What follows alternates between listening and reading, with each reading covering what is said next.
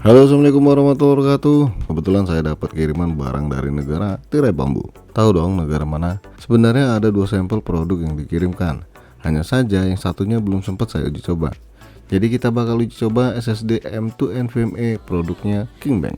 Sebelum lanjut, mohon dukungannya buat channel ini ya, biar berkembang jauh lebih baik lagi ke depannya. Caranya mudah kok, pencet aja tombol subscribe, itu kalau belum. Kalau udah ya dipantengin aja video barunya.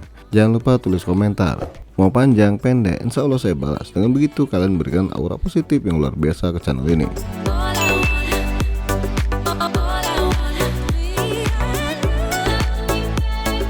KingBank KP260 M2 NVMe 401 Tera. Ayo, pernah dengar merek ini? Kalau belum, sama dong. Tapi ternyata merek ini ada yang jual di toko hijau. Cuma harganya kok berasa dewa banget ya kalau di toko hijau. Setelah saya coba browsing, SSD M2 NVMe dari KingBank ini ada harga rupiahnya di AliExpress dengan harga di bawah 1 juta rupiah.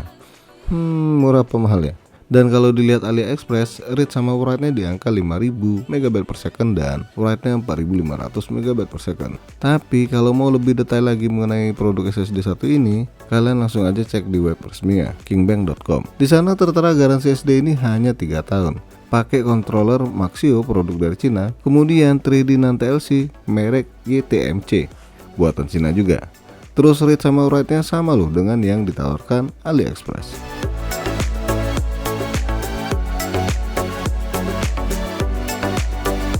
Dus SSD KingBank ini berwarna putih dan ada tulisan garansi internasional selama 3 tahun. Dan juga bentuk SSD-nya langsung kelihatan. Di bagian belakang dus ada informasi tentang produk ini, dari dimensi, suhu maksimal SSD saat beroperasi, dan juga form factor yang disupport SSD ini. Oke deh, langsung aja kita keluarin SSD dari KingBank ini.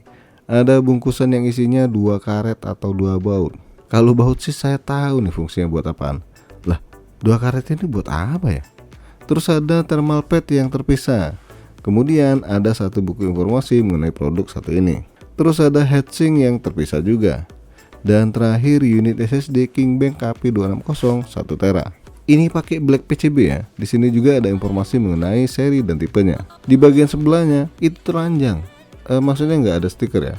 Ya mungkin kalau kalian mau pasang thermal pad sama heatsink tadi. Nah di sini jelas banget nih kontrolernya pakai merek Maxio.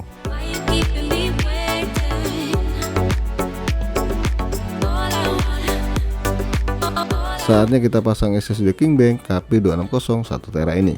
Jelasnya di slot M2 NVMe 40. Saya mau lihat performa read write realnya berapa. Dan ini posisinya pakai heatsink bawaan motherboard ya. Pengujian dilakukan di siang hari nih tanpa AC. Emang ada AC bos? Kagak sih, makanya saya bilang tanpa AC. Ternyata, widih, jauh banget performanya dibandingkan klaim di web ataupun di AliExpress. Serius, nggak pakai bohong. Read-nya tembus di angka 7100 MB per second dan write-nya di angka 6594 MB per second. Wow, tapi coba lihat nih suhunya, tembus di atas 75 derajat Celcius. Anget sih, cuman ini masih di bawah suhu operasional SSD satu ini. Nah kalian bisa lihat nih di HDTune, transfer rata-rata di angka 1000 MB per second.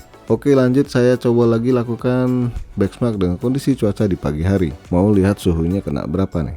Dan ternyata suhunya mentok di angka 70 derajat Celcius. Ya lebih dingin ya, karena memang di pagi hari. Terus gimana nih hasil kristal Disma kalau SSD ini dipasang di slot M2 NVMe 30? Ternyata kenceng juga. Read-nya tembus di angka 3564 MB per second dan write-nya 3500 MB per second. Dengan suhu yang tergolong adem di angka 66 derajat Celcius. Dan pengujian terakhir menggunakan thermal pad dan heatsink dari KingBank ini. Kita pasang dulu ke SSD-nya ya, dan lanjut pasang kembali ke komputer di slot M2 NVMe 40. Dan ternyata suhu yang dihasilkan itu sama seperti halnya saya menggunakan heatsink bawaan motherboard. Yap, suhunya mentok di angka 75 derajat Celcius.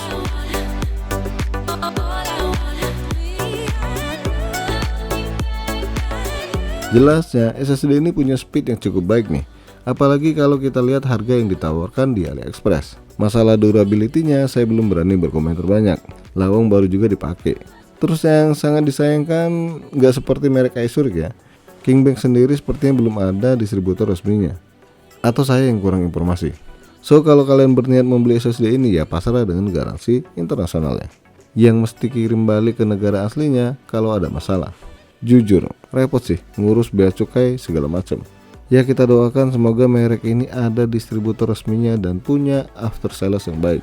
Yakinlah, semakin banyak merek baru dengan harga dan performa yang bagus untuk ditawarkan, maka kita akan diuntungkan. Kenapa? Pastinya merek-merek lain yang jual lebih mahal bakal menyesuaikan harga. Oke guys, sampai di sini aja dulu bahasan SSD KingBank KP260 1 tera ini. Semoga bisa menjawab rasa penasaran bagi yang pernah dengar merek KingBank 1 ini. Sekali lagi jangan lupa support channel ini dengan cara subscribe, like, dan share.